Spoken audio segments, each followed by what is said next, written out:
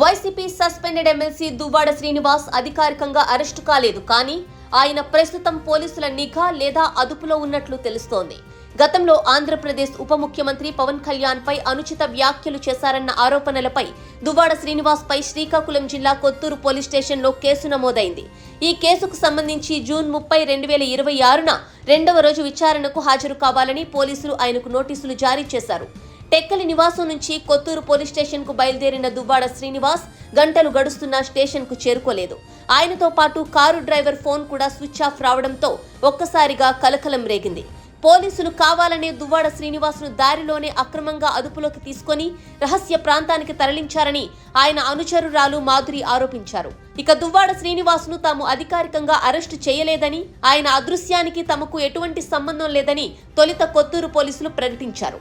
ఈ గందరగోళం మధ్య శ్రీకాకుళం జిల్లాలో ఉద్రిక్తత పెరగడంతో పోలీసులు దివ్యల మాధురిని కూడా హౌస్ అరెస్ట్ చేశారు. అయితే దువ్వాడ శ్రీనివాస్ ను పోలీసులు విచారణ నిమిత్తం అదుపులోకి తీసుకున్నట్లు మరికొన్ని స్థానిక వార్తా ఛానళ్లు పేర్కొంటున్నాయి.